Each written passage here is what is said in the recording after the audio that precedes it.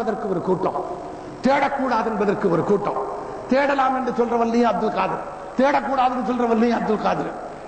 ஜியாரத்து கூடுமான்னு சொல்றதுல ஒரு அப்துல் சத்தார், ஜியாரத்து கூடாதுன்னு சொல்றதுல ஒரு அப்துல் சத்தார். என்னங்க இது சமுதாயம்? இது என்ன சமுதாயம்? காரி துப்ப வேண்டிய சமுதாயம் இல்லையா இது?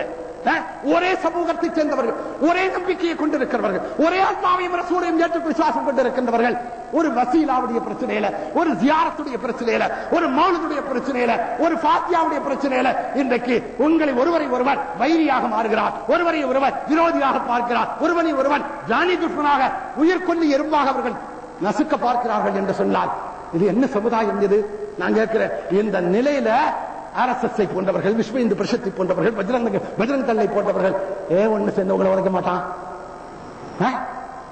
ஏங்க ஒண்ணு சேர்ந்து உங்களை உதைக்க மாட்டான்? உங்களை நீங்க உதைக்கணும்னு நினைக்கிறீங்கல்ல, நினைக்கிறீங்களா இல்லையா?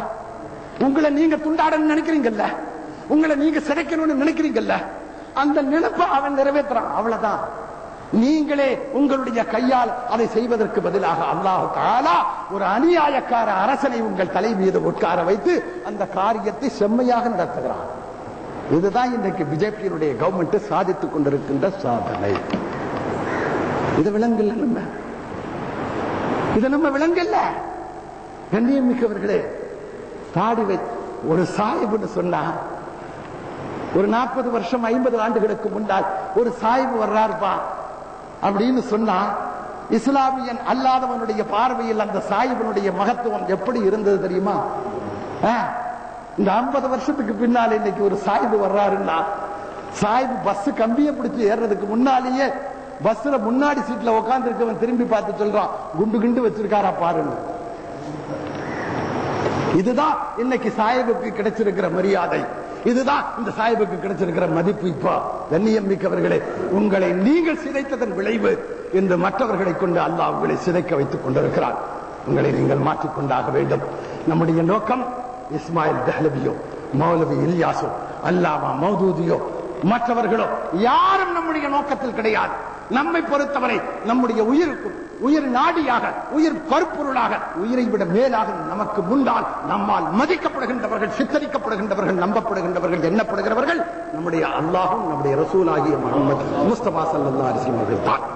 அவர்களுக்கு எதிராக அவர்களுடைய மகத்துவத்தை சிதைக்கின்ற வகையில் ஒரு வார்த்தை, அது என்னை பெற்ற பிள்ளையாக, என்னை பெற்ற தந்தா தகப்பனாக, அல்லது நான் பெற்றெடுத்த பிள்ளையாக, ஏன் நான் கட்டி கொண்டு வந்த என் மனைவியாக இருந்தால் அந்த வினாடியை அவளை நான் ஓரம் கட்டுவதற்கு தயங்க மாட்டேன். ஏன் அது என் ரசூலின் மீது நான் வைத்திருக்கிற நேசத்தின் வெளிப்பாடு என்று நான் சாட்சியம் கூறுகிறேன்.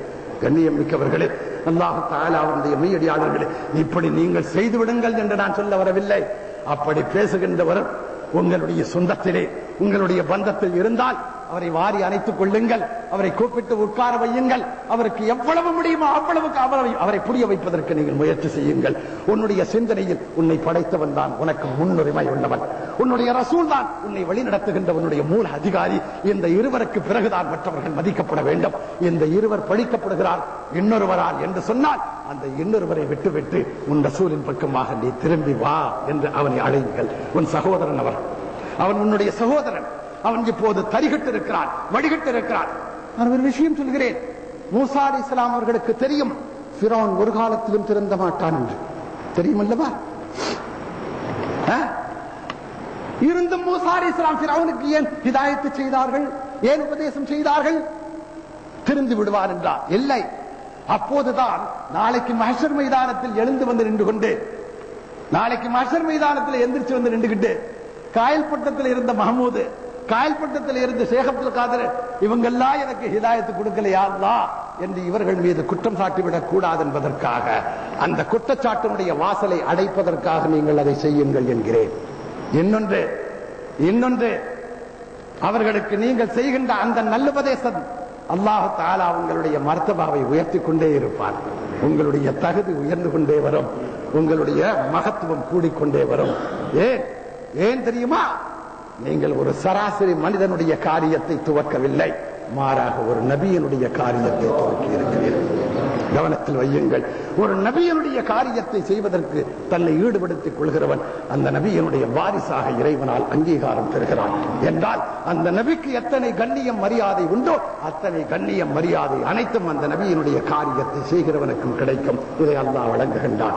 ஆகவே கண்ணியம் மிக்கவர்களே, அல்லாஹ் தஆலாவுடைய மெய்யடியாளர்களே, நம்முடைய நோக்கம் நான் இறுதியாக சொல்ல விரும்புவது, தொழுகையில் அல்லாஹ் அக்பர் என்ற தக்பீர் கட்டுகின்ற போது என் ரசூலுடைய அலிஃப் என்ற தோற்றத்தை நான் தரிசித்தால் தான் நான் தொழுகையாளியாக மாறுகிறேன் என்று சொன்னார். அப்போதுதான் என்னை படைத்தவனை நான் உணர முடியும் என்று சொன்னார். இந்த தப்லீக்வாதி உணர முடியுமா? அவன் தரீகவாதியாக இருந்தாலும், அவன் ஒரு தரீகாவாதியாக இருந்தாலும் கூட நபியை ஒரு சாதாரண மனிதராக பார்க்கிறவன் நபியை அலிஃபனுடைய சூரத்தில் பார்க்க முயற்சிப்பானா? பார்ப்பதற்கு அவனுடைய மனம் ஒப்புமா?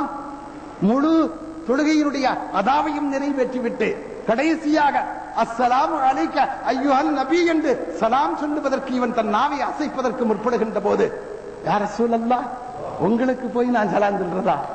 நீங்க தான் மௌத்தா